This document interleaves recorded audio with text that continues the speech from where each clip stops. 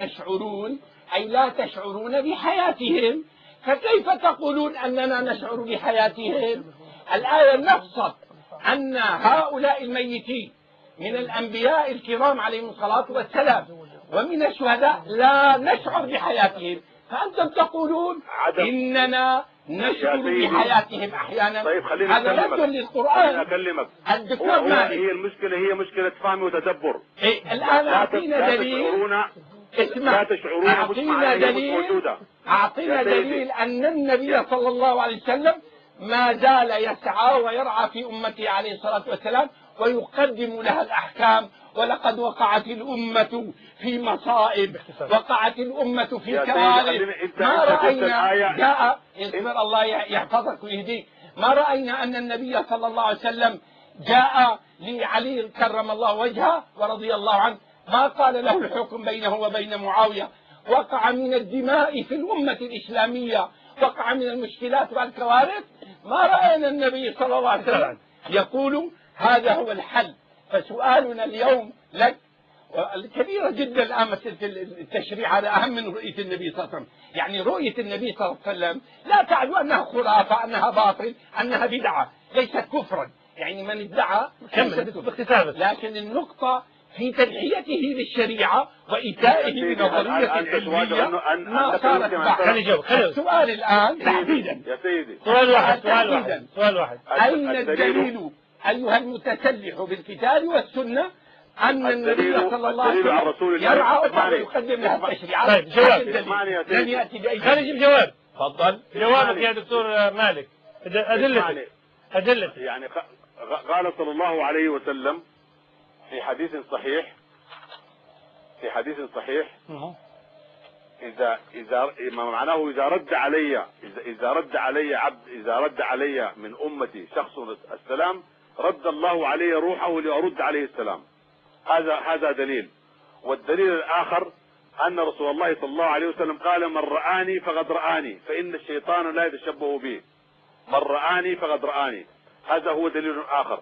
والدليل الثالث إن رسول الله حي يرزق على قياس الشهداء أحياء عند ربهم يرزقون.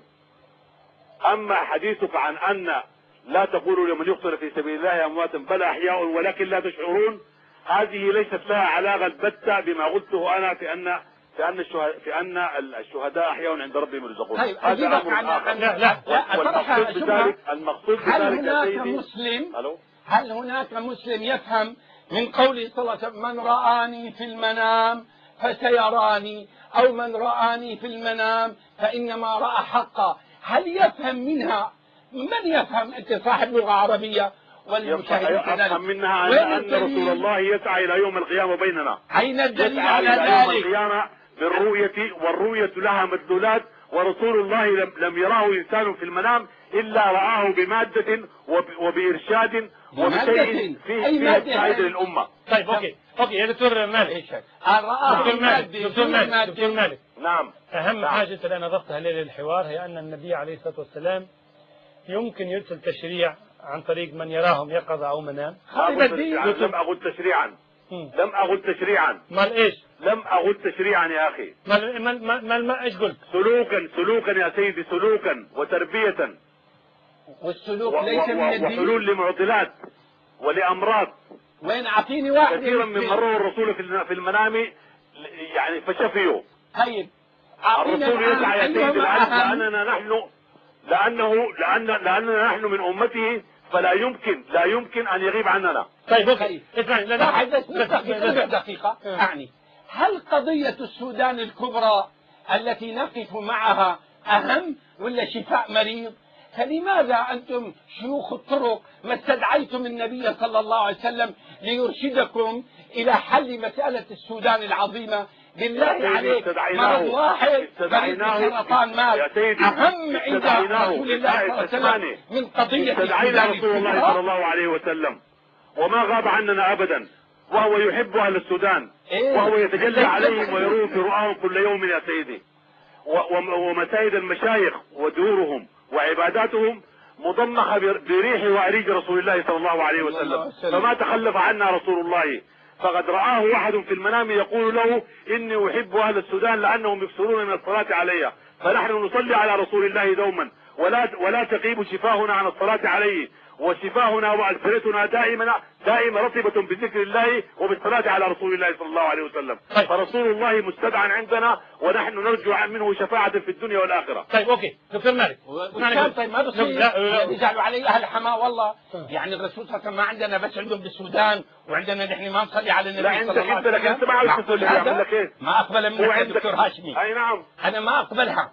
وبعدين لاحظ الخلط، يعني ايش له علاقه الصلاة بالنبي على النبي صلى الله عليه وسلم أي علاقة بوجوب الصلاة على النبي صلى الله عليه وسلم من كونه يرعى شؤون الأمة ويقدم لها الحلول؟ فالنبي صلى الله عليه وسلم يا سيدي كل حلولنا عند رسول الله صلى الله عليه وسلم، كل حلولنا عند رسول الله صلى الله عليه وأنا وأنت إذا لم نرجع إلى رسول الله وإذا لم نستدعيه وإذا لم نتوسل به سوف لن تحل مشاكلنا. اوكي ولك اسمحوا لي أنت غارق من المشاكل وأنا غارق فيها. يا دكتور مالك شو رأي الرسول صلى الله عليه وسلم الآن في مشكلة دارفور؟ تفضل. يا سيدي هذا سؤال فج وما كان يجب أن تسأله. طيب. لأن رسول الله صلى الله عليه وسلم يعني لا يسأل السؤال بهذه الطريقة. ما رأيك في قضية دارفور؟ ماذا نقول له؟ رسول الله صلى الله عليه وسلم بنفحاته وبتجلياته وبوجوده مع عباده مع يعني أتباعه وأحبابه هو يكون معهم ويكون لهم معوانا بجاه رسول الله عند الله عز وجل. لو أنك قلت أن الله هو الذي معنا وأن الله هو الذي ناصرنا وهو الذي يوفقنا للحلول فهذا هو الصحيح، وأن النبي صلى الله عليه وسلم معنا بسنته وهديه وسلوكه لوافقناك على ذلك.